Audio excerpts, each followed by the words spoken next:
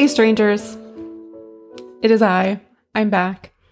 I wasn't really gone for that long, but I was on vacation and I recorded something before I left and I didn't like it. So I'm recording this now for you because I love you so much. And it's going to be a little later than I thought it would be. So, hi. If this is your first time seeing my face, my name is Kayla, and this is my space to talk about all things horror, books, movies, video games, any sort of media that may include horror as its theme. Hi and welcome to everyone who is brand new here. I cannot believe all of you are here, so welcome. I'm so glad to have you along. All you new strangers. I also wanted to say thanks for like the first 100 people who subscribed to me and who are still here. You guys may ride or die. I don't have anything else clever to say, but anyways. Today we are going to be talking about a recent horror film that was so polarizing across the internet, and that is Skinamarink.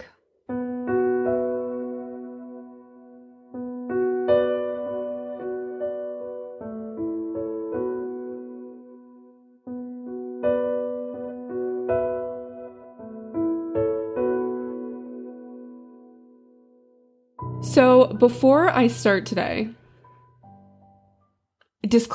major disclaimer. You can skip this if you choose to, but I advise against it because you're going to look a bit like a fool when people start commenting what I ask them to comment, if you're included in this group of people. So I included a clip from Skinamarink in this video as kind of like a bonus because it had to do specifically with me and my name. And it was so interesting to read everyone's comments on that video. And everybody told me what they thought their favorite, scariest movie moments were. And one thing that I don't know why I didn't think of this, but people have a lot of really big feelings about movies and probably books and video games and stuff like that, that they like or dislike. They have a really big feeling, and that's fine. So here's my disclaimer. A lot of us are going to have a lot of different thoughts and feelings about the movie Skinamarink. Some of us loved it. Some of us hated it. Some of us feel somewhere in between. I want to say for you, anybody watching now and in any of my future videos, we can disagree with each other. You can correct me or someone else in the comments. We can kind of debate things. We can have different interpretations of movies. And that's really important because every individual person is going to have a different interpretation of a piece of media or art. But you can do so respectfully. Okay? There's no reason to get nasty. It's literally just a movie. It's not that serious. So, most people, probably like 95% of people were respectful and it was totally fine. But I just want to get ahead of that. If I miss anything in the comments and you see someone attacking another person using insulting language, and especially if someone is using bigoted language, and I don't catch it, you can reply to them, that is not hot girl behavior. My 9-year-old niece told me that she uses that to admonish people. And I was like, you know what? I'm going to start using that now too. Attacking someone who has a different opinion or perspective than you do about a movie is not hot girl behavior. Another very brief content warning before I go into this. I am going to be spoiling both the movie Skinamarink and Kyle Edward Ball's short film Heck. There is going to be some brief, very surface level discussion about child abuse, especially child SA. So I will put it in the timestamp below when I'm going to be discussing those things. So you can skip them if it's not, conducive to what you're experiencing right now. That's totally fine. And I get it. Brief outline as to what I'm going to be talking about today. So I'm going to give you a summary of the movie, as I always do. I'm going to give you some theories, both mine and others that I've seen around the internet. I'm going to talk about the internet losing its collective mind when this film was leaked. This film was leaked. And I am going to give a comparison Skinamarink to Kyle's YouTube channel, which is called Bite-Sized Nightmares. So those of you who have been here for a minute and seen my other review videos, you know that I write all of my thoughts in this spooky notebook that I got at TJ Maxx. This is like my brain dump notebook, so I write pretty much everything in here. But anyways, so Skinamarink is a 2022 experimental horror film, emphasis on experimental because I think that's what's so polarizing about it.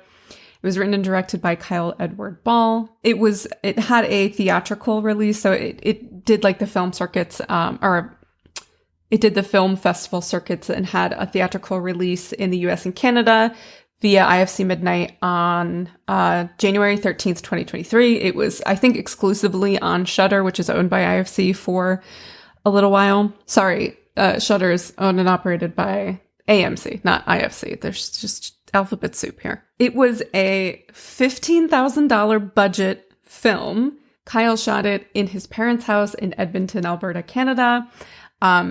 Props used were literally some of his childhood toys. And I think that the general theme of this movie kind of lends itself to all of those pieces coming together, because this movie focuses on two young children, Kaylee and Kevin. And the film opens with like a house with people in it, essentially. We never see anybody's face for the most part during this movie. And certainly during the beginning, we don't see Kyle. We don't see, there's too many K's here. And I'm Kayla. We're going to get confused, aren't we? So we don't see Kevin and Kaylee's dad's face. But when the film opens, Kevin seems to be playing hide and seek. And he's whispering down a dark stairway, "Are you hiding?" And he falls down the stairs and injures himself. And there's like a whole bunch of commotion. You don't see any of this happening, but Kevin is taken to the hospital. The dad is on the phone after they return home, and he's talking to someone. We don't know who it is, but he says to them that Kaylee thinks that Kevin was sleepwalking. So the two kiddos wake up in the middle of the night to find that both of their parents are gone. They've just disappeared. They have no idea where they are. They search for them a little while. They can't find them. And as time goes on, all of the doors and the windows disappear. Like all of the doors and the windows facing outside of the house disappear one by one. And there's really no light source here except for the television and some like flashlights. And I think there's a light that works in the bathroom. They decide as kids that they're going to stay like in the downstairs living room. They've got cartoons on. They've got their toys out. They kind of make this little safe space for themselves in the living room, and they try to stay there for a while. At one point, Kevin suggests that maybe dad went out with mom. But Kaylee says, "I don't want to talk about mom." There's a lot of whispering in this movie. The kids just like whisper back and forth a lot, which I think is really interesting. What people really didn't like about this movie, I find, is that there are a lot of still shots of like the ceiling, of the carpet, of the toys, kind of a shots of the television that are a little bit where the TV is kind of like off-centered. There are shots like down the hallway into darkness, up or down the stairs into darkness. The children are shot kind of from the torso down, I guess, except for a few scenes. We see their feet a lot. We don't really see their faces a lot. The film has like this 90s kind of like film grain aesthetic. Now, I mean, the 90s, we were still watching VHS tapes in the 90s, right? And the thing about VHS tapes, for those of you who were not there, is that the more you watched VHS tapes, the more the film in the cassette kind of wore down. And so you would start to see artifacts in the films that you were watching. And those are present in this movie to kind of give it that, I guess, vintage feel. A lot of the sound is distorted, muffled. There's use of subtitles in different parts because it's assumed that we don't know what is being said either by the children or their parents or whoever else may be in the home with them, which I think is really interesting because it's kind of like when you watch footage of EMFs. Is that what they're called? EVPs. It's like when you watch EVP footage, if you hear it first without knowing anything going in, you may interpret it on your own. But then when somebody tells you, listen to this recording, it says, get out of here now. Now suddenly you hear it because we're kind of like suggestible a little bit. So I wonder if that's what's happening here as well, right? There are parts in this movie where you cannot make out any sound whatsoever at all. Like you do not know that someone is talking except for the subtitles that are on the screen. So as time goes on, right? So we've lost, our parents are gone. It is dark and strange things start to happen, right? So at some point, a chair is on the ceiling. There's a scene where there's like a Barbie doll on the ceiling that I think you may be familiar with. There's, it's a pretty well-known screenshot. I'm probably going to use it for the thumbnail for this video. What I think is interesting about this is that the kids have like very little reaction to this. And in fact, the only part where there's like a jump scare is when Kaylee sees the Barbie on the ceiling and Kevin kind of sneaks up on her. Like he kind of comes out of nowhere. He was in the bathroom. He was trying to use the potty, which also disappeared. Like, why the toilet? Why you gotta take away the toilet? What I was wondering as I was watching this movie, because we can't see the kids' faces or really much of their bodies at all, how much communication that's going on between them is nonverbal. Now, I'm a mental health professional. I work somewhat with children. Throughout my career, I've worked with children from ages 4 and up. And a lot of the communication that happens with children is nonverbal because the younger they are, and the children in this film, I believe, are 4 and 6. Kevin is the younger. And children communicate nonverbally because they have such a limited vernacular to express what they're experiencing, for one. And for two, they usually can't conceptualize what's going on around them, right? That young, they're not capable of abstract thinking. They have very little experience in the world. They don't have a lot to compare it to. So there's nonverbal communication. There's oversimplification of things that are going on. And this movie truly focuses on the world from a child's perspective. So you really have to wonder what is happening that we can't see, and assume that the bulk of the communication between these two children is nonverbal body language, things like that. The scariest part of this movie for me is when I think it's Kaylee is alone in their parents' room and mom appears in the room. And it is like, we're expected to believe that. I think she's just got a flashlight, like there's limited light. All we see is mom sitting on the bed facing away from her. The perspective is kind of like right at the edge of the bed where a child would be able to just peek over. And mom is talking to her. She says, close your eyes. She says to Kaylee, close your eyes. And then she, poof, vanishes. She's gone.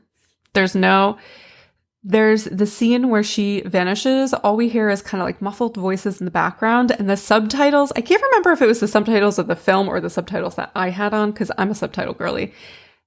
It said like bone crunching. Then as she's peering into the closet where these noises are coming from, a hand reaches around the door and she screams and runs. She goes downstairs. Kevin helps her push the couch to block off the hallway from which the voice was calling her, the one that told her to come upstairs in the first place. Kevin falls asleep. When he awakens, Kaylee is gone, and now all of their toys are suspended on the wall. And when he finally finds Kaylee again, she has no eyes and no mouth, in a scene that to me was reminiscent of the Twilight Zone movie, I think is where that happens. The sinister voice that has been calling to Kaylee and telling her things is now speaking to Kevin. And it tells him, of course, I want to play. I guess it's the Grady twins. Some of the toys start to disappear. The voice, in a very sinister fashion, tells Kevin to get a knife from the kitchen and put it through one of his eyes. We don't know if he complies, but there's crying and there's blood. And Kevin calls 911 because he's a very brave little boy. And he has a conversation with the 911 operator that feels very kind of like, for us as the audience, I think, a moment where it's like, okay, he's finally going to get help. Somebody understands, like, none of this makes any sense. they're sending help. And the actual telephone turns into the toy telephone, and we find out that the entity has tricked him. The entity who has been speaking to him and telling him to do things has tricked him and faked the entire 911 call, and no one's coming for him. This is kind of where the rising action of the film starts. It's a pretty heavy-handed final, I would say like 20 to 30 minutes, with a lot of different things going on. The disorientation picks up quite a bit. The voice becomes more aggressive and sinister and is telling Kevin to do all of these different things. It says that it can do anything and that Kaylee disobeyed it, which is why, that Kaylee said she wanted her mom and dad, which is why it took away her mouth. Eventually, the entire house becomes turned upside down. Kevin is walking down the hallway on the ceiling. He walks into a bedroom, which becomes kind of like a void. And all we see is this kind of like zoomed out shot of a pile of toys with a dollhouse on top of it. And it just says 572 days. We are not told what that means, just 572 days. I think we have to assume that it means that's how long that the kids have been trapped in this house. That shot, to me, felt like the end of the movie. But then I just kept going. And now I've seen this twice. I watched it when it first came onto Shudder, and I just watched it yesterday to refresh my memory. And I had the same experience the second time around where I was just kind of like, oh, we're still going. Okay. There's a scene towards the end where there's like blood splatter that's appearing and then disappearing and then appearing and then disappearing. And there's like the entity is laughing about this happening. And at the very end of it, one of the kids yells, "Mommy." It ends with a shot of like this very, very, you can barely see it, distorted in the darkness with film grain face fading in through the darkness, telling Kevin to go to sleep. He asks it for its name, and it doesn't respond. And that's the end. Now, if you've never seen this film, you wouldn't really be able to tell by the way that I've explained it. But this movie is an hour and 40 minutes long, I believe. And a lot of the time is taken up by those shots I was talking about of the ceiling and the floor and the hallway and things like that. And so not a lot is really happening in the movie. What I came to discover, and a lot of people really, really don't like this about Skinamarink. And I think that lends itself to its experimental nature, but this is just Kyle's filmmaking style. So if you hop onto his YouTube channel, pretty much all of his videos are like that. But I don't want to get too ahead of myself. Let me talk about my theory as to what I think is going on. So here's what I find interesting about this movie as a work of like experimental horror. When we are looking at art, we shouldn't and typically don't get spoon-fed the concept or idea behind the work that we're looking at, right? So like if you go to the MoMA, when you go to any art museum, not just like a modern art museum, you really have to think about what each piece is conveying, right? And that's the great thing about art is that each of us connect with it so differently based on our prior experiences, based on how we conceptualize art, based on, our level of education, our race, our age, based on our system of values. I mean, all of these things come into play when we're interpreting art. So when people are looking at this movie, this is why I would consider it to be a piece of art, because so many people have so many thoughts and feelings about it. They're projecting what they think and feel in their own experiences onto it. And that is exactly what we do, like when we literally go to a museum, right? Like, same thing. Am I saying that I'm upholding this like a work of genius? No. But I do think that it is more artistic than, say, like Hostel or something like that. So one thing that I noticed a lot of people drawing from this movie is that a lot of folks who seem to have had experiences with childhood abuse have connected those experiences with what the children are experiencing in this film. And at first I was like, I don't see it. But I slowly kind of dawned on me that this could definitely be about child abuse.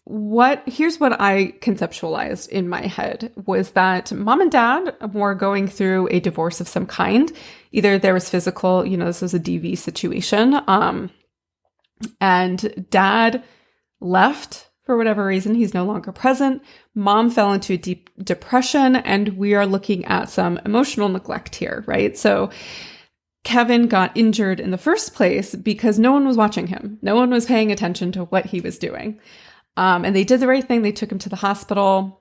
But after that, they're not present. And now what we do see, unfortunately, with children is that children who are in homes where they're lacking in resources, or where there's, things are very tumultuous, where there's already abuse happening, where, mom or maybe dad aren't as present as they need to be, or just straight up are neglecting their kids, those kids become more susceptible to people outside of the family taking advantage of them. Statistics tell us that, and I said this in my Megan is Missing video, statistics tell us that most children who do experience abuse, especially sexual abuse, experience that from someone that they know, not a complete stranger, right? So that environment, that chaotic environment, leaves an opening for a child to be abused by someone outside the home. And that's the way that I conceptualize the entity, right? The entity was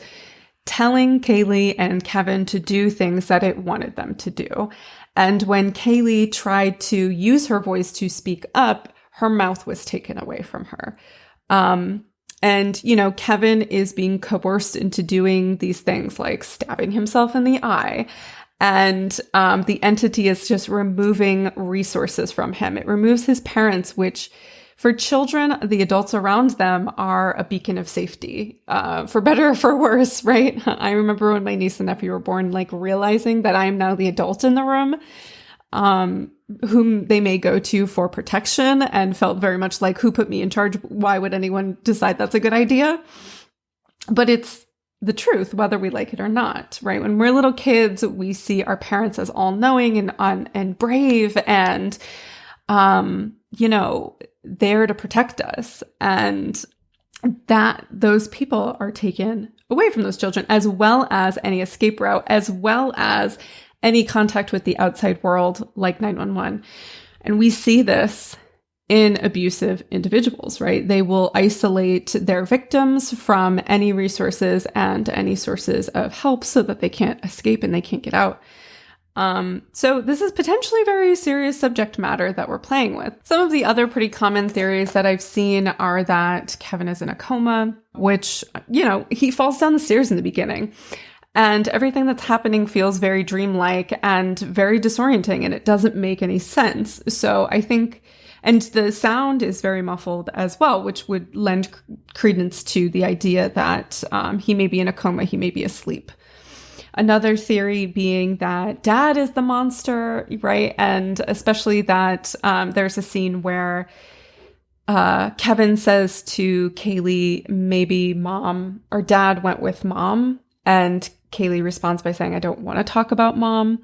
So there's a theory that dad has unalived mom. There's a theory that everyone is dead, which I feel like, isn't that like a really classic plot twist? Like, plot twist, everyone's dead. This is very, the others. I did have that interpretation myself. I was just kind of like, the way that the mom was talking to Kaylee, I was like, did the children die? My thought was kind of like we were seeing, as we saw in the others, where mom was still alive and still present. And she was having one of those moments where she felt like the children's presence were in the room with her. And so she was talking to them, right? Which a very common thing that happens when you're dealing with grief, especially the loss of a child. In that specific scene where mom says someone else is here, and she goes with them, I kind of got vibes of like DCF or CPS child removal, which again, I think this is specific to my interpretation based on my experience. I was not removed from my home, but I've worked with a lot of children who have been, and it is extremely traumatic experience, even if it is the right thing to do, even if they're being brought out of a dangerous situation, it is still extremely traumatic and disruptive to a child's development to be removed from their primary caregivers. All in all, I think we can kind of wrap this all up into one little neat bubble and say that this movie is about children experiencing something that they don't have the ability to process, right? Something traumatic, something difficult, something frightening. They can't process it. We are seeing it from their perspective, and we are experiencing it from a childlike point of view. Yeah. So I think that wraps them all together. But I don't know. I'm really, really, really interested in what your interpretations are, because I feel like there's just so many of them out there and they're all so fascinating to read. But like I said, don't forget to be respectful. So a little bit of history on how Skinamarink came into being was that Kyle had originally uploaded the trailer onto Reddit's r/filmmakers subreddit, and it blew up. People loved it. People were very fascinated by the idea, and that's what earned him his initial distribution deal. Now, it was shown at the Fantasia Film Festival. Okay, my camera needed a break for a second. It got tired of my face and unfocused and wouldn't focus back in, which, like, fair. I get it. So there was this great positive reception at the Fantasia Film Festival of Skinamarink. Someone on Twitter likened it to a childhood nightmare version of Begotten, which I will I will show a little clip of that here now. That movie is, maybe I'll review that one. I've never watched it before, but that is definitely experimental horror because like, what is even happening? I know, you don't have to explain to me. I get the premise, but like, what is that movie? So it got great reception and it was also leaked. However, while this may have been the end of the road for Mr. Kyle Edward Ball, having his film leaked, it blew up on the internet, especially on Reddit and on TikTok. People were hyping this movie up as like the scariest movie that they'd ever seen. Folks were so excited to see it. As they usually do on social media, you had that group of people that were like, I watched the leak. And then you had a large group of people who are also like, support this small artist and wait until it's officially released to watch it. So I think a lot of people did that instead of watching the leak. This film, I don't know if I said this before, but this film was made with $15,000 and got raked in a cool $2 million. I mean, that is insane because of the hype that was driven about this movie online. And then when people finally watched it, it became so polarizing. Like, people loved it or they hated it and there was no in between. I just scrolled through TikTok to see if I could find any videos talking about the leak, and pretty much all I found was those like clickbaity videos talking about the scariest movie moments. It's the scariest movie they've ever seen. On. It's been a little over a year since this movie came out on Shudder, and we're kind of still having the same conversation. So, okay. So Kyle had this start right here on YouTube. He was a small filmmaker making these little experimental movies. The channel is called Bite-Sized Nightmares. I'm going to link it in the description below. You should definitely check it out. And it seems like the initial concept for the channel was to take both his and other people's actual childhood nightmares and turn them into short films, which I think is a really cool concept. Share with me your weirdest childhood nightmare. Mine had to do with a giant Muppet destroying my city. You guys, I went to Disney World and I cried during the Muppet Show because of that.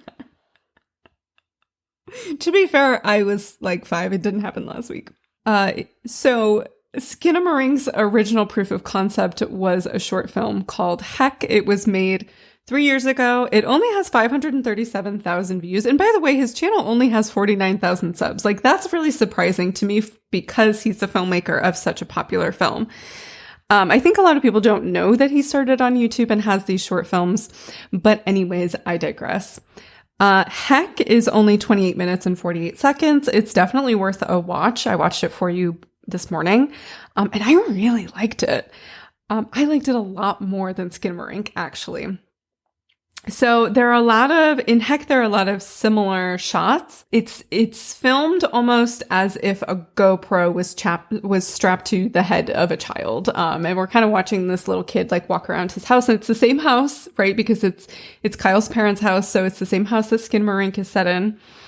Same toys and everything like that. There's a lot of still shots that establish kind of what's going on, like the lack of lights.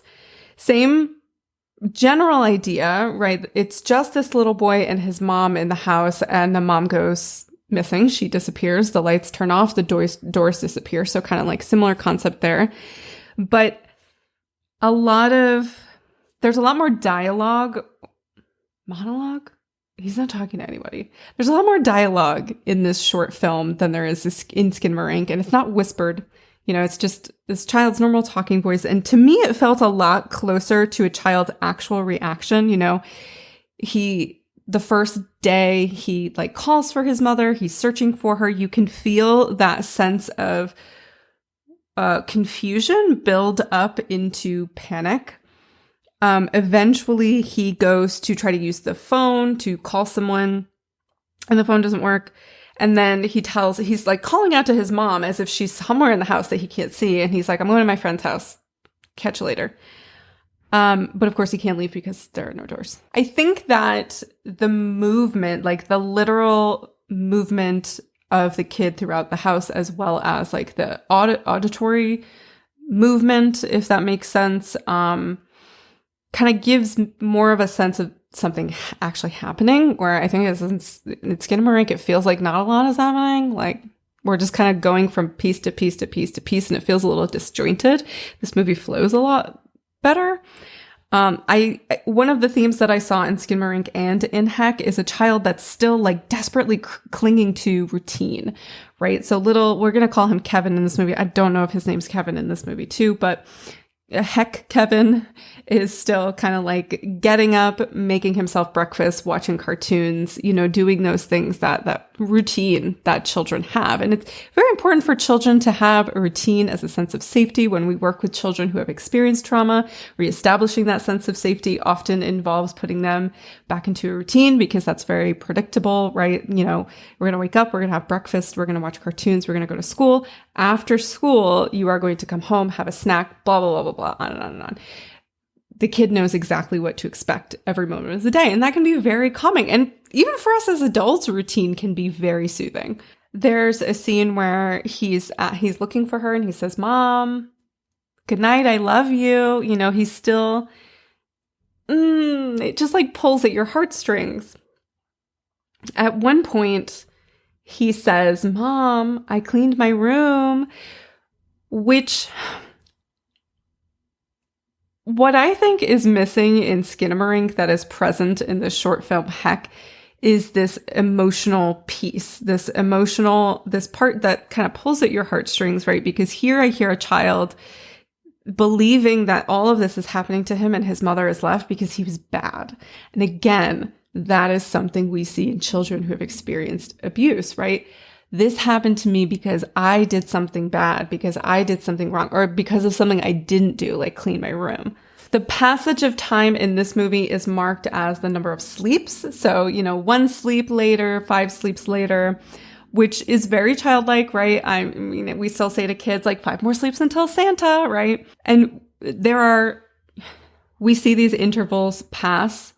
And to me, the constant updating of how much time has passed makes the situation feel a lot more dire, because like imagine being 4, 5, 6-year-old kid home alone in a house that you can't get out of in the dark for 2 months. I mean, I probably wouldn't last 2 days in a situation like that at my big age. At about 56 sleeps, there's a shift in tone. I think he goes from confused to scared. Now we're getting angry. And there's a point where this sort of sense of helplessness comes in. At one point he says, "I'm sorry, I got cancer."